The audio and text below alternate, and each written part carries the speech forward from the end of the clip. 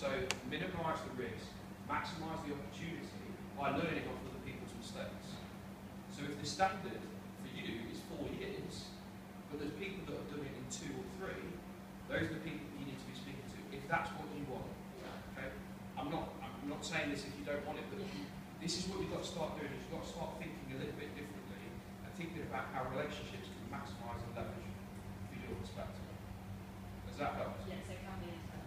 Absolutely be internal. Absolutely. Who else is struggling?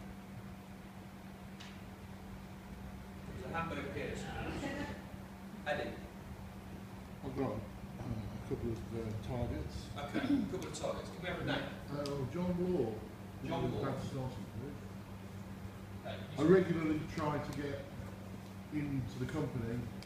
Sorry, Eddie. So John Law is the name? No, John Law, as in J.S. Law, the builders, is about the largest private house builder left. Okay. So is it, that's the firm or is that the individual? That's the firm. He's also the individual, okay. The owner. Okay. He also owns Triumph Motorcycles. And what else do you know about him?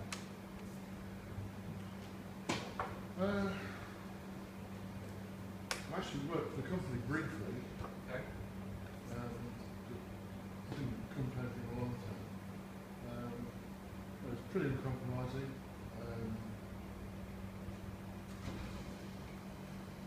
The old school, I'd say. Okay. So, if you had an introduction to John, what would you say to him? First clue. Okay. So tell me a little bit about your business. I'm an architectural consultant. Mainly my niche is large-scale housing development and layout design, which makes me quite rare. Yep. But really it's named for what I do, and it's quite difficult to promote. So I can't put a Google term in that pops up with me, so I have to promote something to the right sort of businesses. Okay. But a lot of potential clientele, you really want to work for them anyway. So I target specifically the private side of things, you look at Mr. Johnson's, who I am doing work for. Okay. I've tried to crack the rules a couple of times, but you hit the people responsible for what I do, and no further. So you're hitting the gatekeeper. Okay. Yes, So this is it. So sometimes when we try.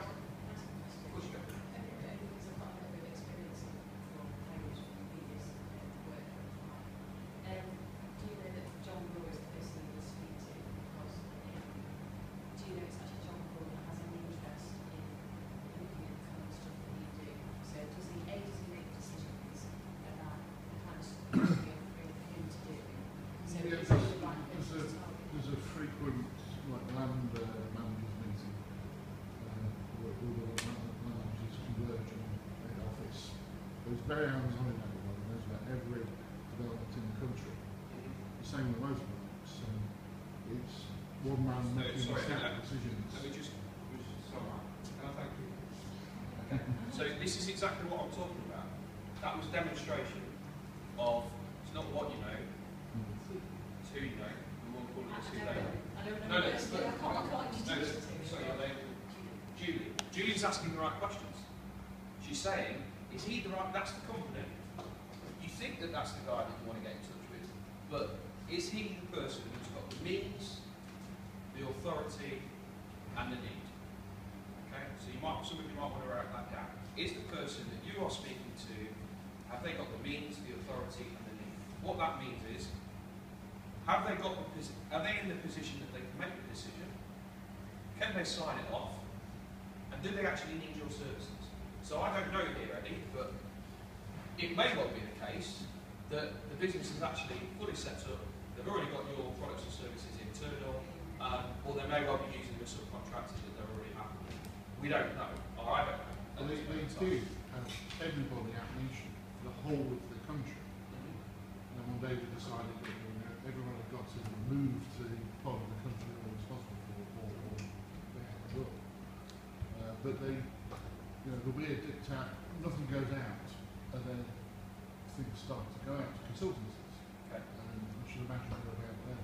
So, when you've worked out who the individual is, the easiest way I've kind of explained this is almost creating a CSI map type situation. So actually what you begin to do is go, right, okay, we've started to do this. He not only likes, but he owns Triumph motorcycles. Okay, so he's the owner of the business. Okay, so let's take those two things and actually drill down, because if this individual is really, really key to the growth of our business, or us as an individual, how are we going to get in front of this person? How much time are we prepared to invest, and at what cost? Okay, so let's say, for example, for you, Eddie, this is really important. So, he's the owner of the business. Okay, so he is, because he's the owner, going to have gatekeepers in place. So where can we get to that he is going to be at in a social or a business environment? So, what networking groups does he go to? Is he into any sporting activities? He likes motorcycles. Okay, fine. So what events does he go to? When are those events? Is it a case that we need to go to those events? So what you're beginning to do is you're beginning to build up a map of this individual to identify who they are, where they are, and what they're going to be doing. It may well be the case that actually it takes a long time to get in front of the right person. But one of the things that you've got to bear in mind is for somebody that is cold, that we've never met before, it's going to potentially take up to 7 to 9 touch points. 7 to 9 touch points where your name, your face, your brand, your logo is in front of this individual. Now, it may well be the case that you can do that relatively quickly. It may well be the case that it's going to take 2 to 3 years. Again, depends on you, depends on your business, and depends on what you're trying to achieve. But actually, if you want to get in front of the right person, it is worth investing. A lot of the times it's just time. It's not actually even money, it's just the time and the thought process to kind of make sure you don't give up. Okay? So, I'll take some questions in a minute, but one of the things that I want you to do, and one of the reasons why I've asked you to write these things down, write the names down, is that actually as you go round and you introduce yourself after I've finished, is to actually stand up and go, I would like an introduction into John Law from John Law. Does anybody in the room know of anybody that knows that individual or that business? Please put your hand up. Right, let's go and have a conversation after, over coffee network. Because I guarantee we're all in the room within the construction space. It's a small world, especially from a regional perspective. So the names that you've got written down, I will be absolutely flabbergasted if there's not somebody else within the room who knows at least one of those people. All you've got to do is ask the question. Can I have an introduction? One of the things and the mistakes that a lot of people do is, I'd love an introduction into a house builder that specialises in building houses between 5 and 15 houses. Okay, how many companies are like that? A lot. I would like an introduction to this specific individual. This is the reason why. This is the business that we can do together. This is why I can add value to their business. This is why we do something different. This is why I think that there's a good connection. You've been thinking about it. You've taken that step back. I asked Eddie before, if you do get in front of the right people, what is it that you're going to speak about? Write the email. I know it sounds really stupid, but again, law of attraction. Write the email down if you were going to go through it. Write it down so actually you're starting to think about it and you're processing it and you're moving it through. So when you go around and you do the introductions, please make sure that you ask for somebody from one of the 5 people that you've written down, and I guarantee that somebody in the room will know of somebody that can introduce them to that individual. Questions? Right, okay, but also be prepared to be able to verbalize all that to the person who has the introduction on. Because you started by saying, who knows so and 3 people put their hands up. Will you give me an introduction to them? Yeah, sure. But my question will be, what do you want to know them for? What do you want to offer them? This is my name, my connection, my reputation. So what are we going to do important to have that backstory, to have thought about it, to understand what it is with the business that you're going to do together, and also why you're leveraging the individual to put you in front of that person. I won't introduce anybody if my reputation is going to be online. So I need to feel comfortable and confident in your services and your abilities before I'm going to do it for you. So understanding that relationship is very, very key. The other thing is as well, is if I ask you to make an introduction for me, then what's in it for you? And that's, again, something that you need to think of. What is it that I've got that I can offer you? Is it the fact that I'm going to do a reciprocal introduction through to somebody else? Is it the case that actually we're going to build and strengthen our relationship? And when you understand the individual, you can understand more as to how that relationship is going to play as well. The reason why I got into speaking about this is because I'm a natural introducer. I naturally see opportunities, I see potential where people can do business together. The issue that I used to find, exactly on your point, is people taking the piss. And here's the thing, I wasn't looking for any financial recompense. I wasn't looking for anything more than a thank you. Thank you, Adam, for introducing me to this individual where now the business that has occurred is to the value of X. All I was looking for was a thank you. And it wasn't for. Any other questions? Can I ask a question? Of course you can, Tony. How important is being in the right room in context of what we're talking about? Because this is a room, isn't it? Yeah. So, networking or being within the room, there's two parts. One, it may well be the case that you're in the industry-specific room such as we are here. Okay?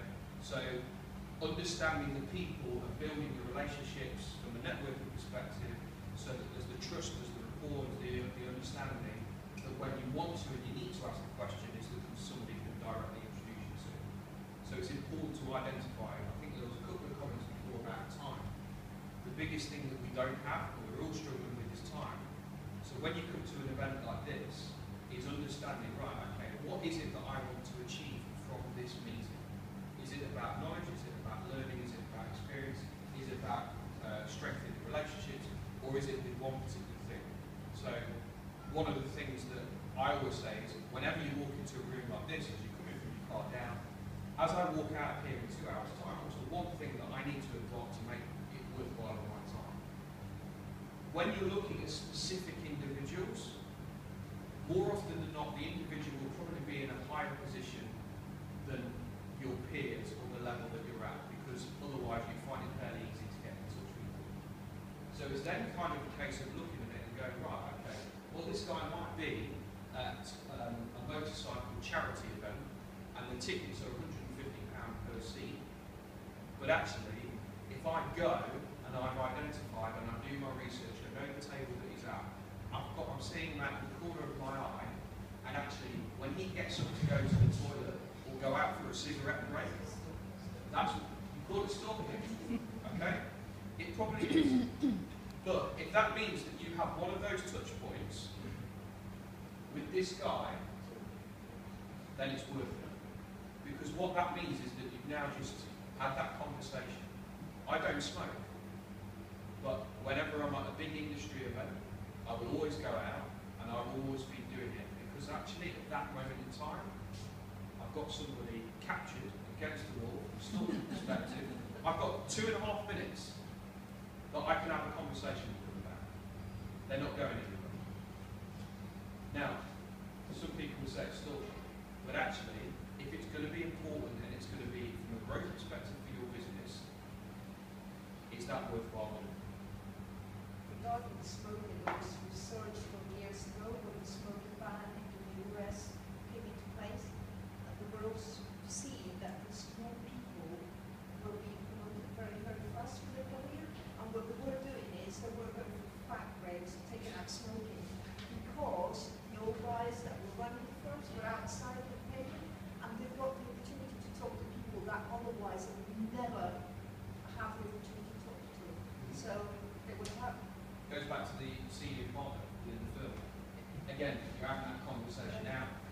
You don't get that throwaway 2-minute conversation anywhere else. So you build that rapport, you build that relationship. Again, people